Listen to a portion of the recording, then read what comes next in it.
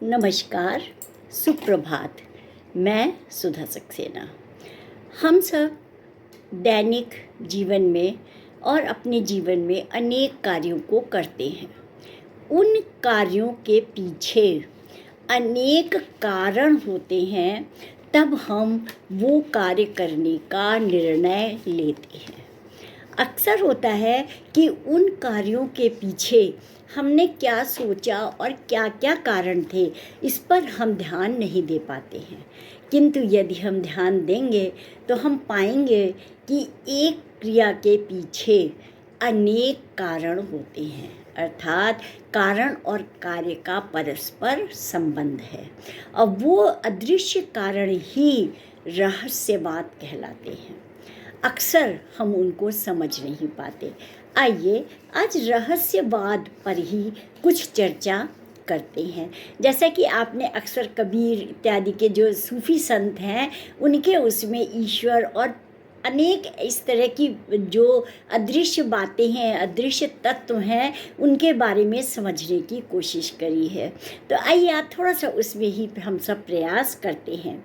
सौंदर्य बोध का भाव किसी भी व्यक्ति के मस्तिष्क में जब सकारात्मक रूप में आता है, तब इस मानसिक अनुभूति को रहस्यवाद कहते हैं। बात समझ रहे हैं कि भौतिक कार्यों में अक्सर हम असफल होते हैं और हमें दुख मिलता है, लेकिन जब हम उसके पीछे के कार्यों को, उसके पीछे के कारणों को सकारात्मक रूप से समझते हैं कि क्यों ऐसा हुआ, तब वह रहस्यवाद कहलाता है।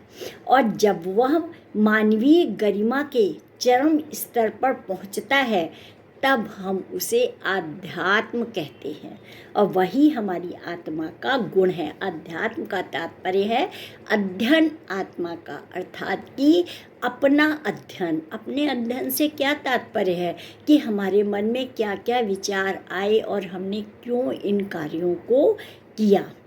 रहस्यवाद कभी न समाप्त होने वाला वह प्रयास है जो कि असीम और ससीम के मध्य संपर्क स्थापित करता है।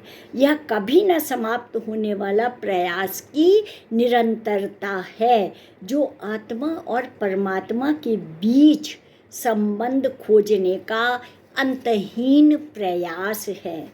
खुद और खुद को जोड़ने का तरीका है, स्वयं को स्वयं से जोड़ने का तरीका है, और यही रहस्यवाद है।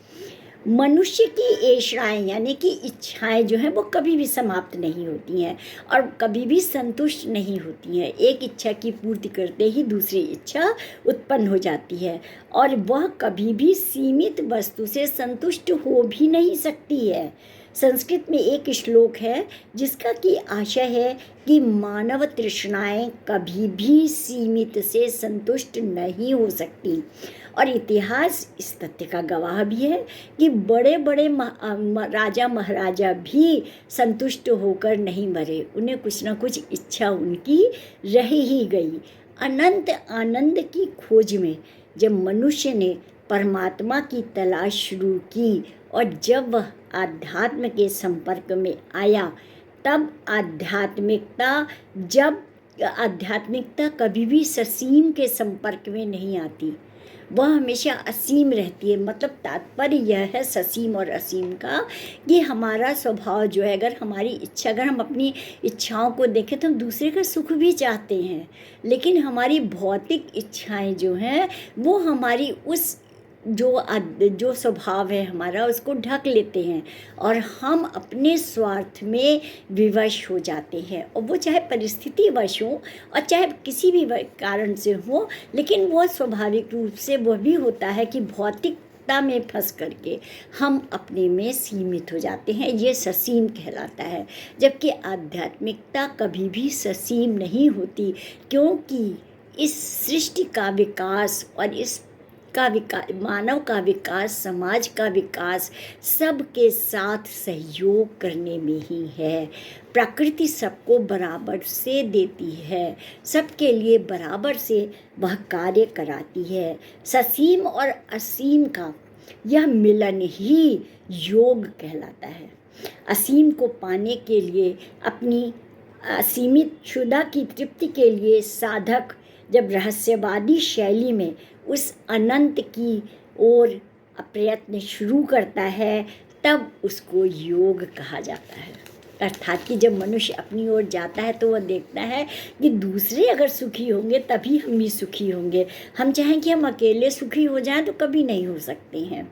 इसकी को हम योग कहते हैं। संस्कृत में योग का अर्थ है जोड़ना। उदाहरण स्वरूप जैसे 2 और 2 का जोड़ 4 होता है। और रहस्यवादी लक्ष्य को प्राप्त करने के लिए साधक के लिए योग मात्र इस तरह का जोड़ नहीं है। यहाँ पर योग का अर्थ है एकीकरण होना। किस तरह एकीकरण? जैसे कि चीनी को यदि पानी में मिला दिया जाए तो चीनी अपना अस्तित्व खो देती है। जैसा पानी होता है उस तरह का उसी में घुल जाती है। उसी प्रकार से हमें अपनी भावनाओं को जब हम परिवार और समाज के साथ एकीकृत करते हैं, तभी हम दूसरों के सुख दुख को समझ पाते हैं और उनसे सामंजस्य स्थापित कर पाते हैं, और तभी हम अध्यात्म को सार्थक कर पाते हैं। अब और एकीकरण के मामले में चीनी पानी के मिल जाने के बाद अपनी अलग पहचान नहीं रह जाती है। योग का अर्थ भी अपने लक्ष्य के साथ समाहित हो जाना है। यह न केवल शारीरिक बल्कि मानसिक संतुलन की साधना का भी एक अहम उदाहरण है। माने कि केवल शारीरिक नहीं, मानसिक रूप से हमें इस विषय पर चिंतन करना होता है, और यही जीवन में वास्तविक आनंद का निर्माण करता है। अर्थात एक तात्पर्य इसमें यह भी है कि जब हम दूसरों के लिए कार्य करते हैं और दूसरों के चेहरे पर जब हमारी वजह से मुस्कान आती है, तो आप महसूस करेंगे कि आपको वो जो आनंद है वो कुछ अलग ही होता है। और यही रहस्यवाद की पहचान है। यही हमारे मन में छुपा हुआ सूक्ष्म विचार है, सूक्ष्म तत्व है, जो हमें सृष्टि के साथ सामंजस्य स्थापित करना सिखाता है। तो आज इतना ही।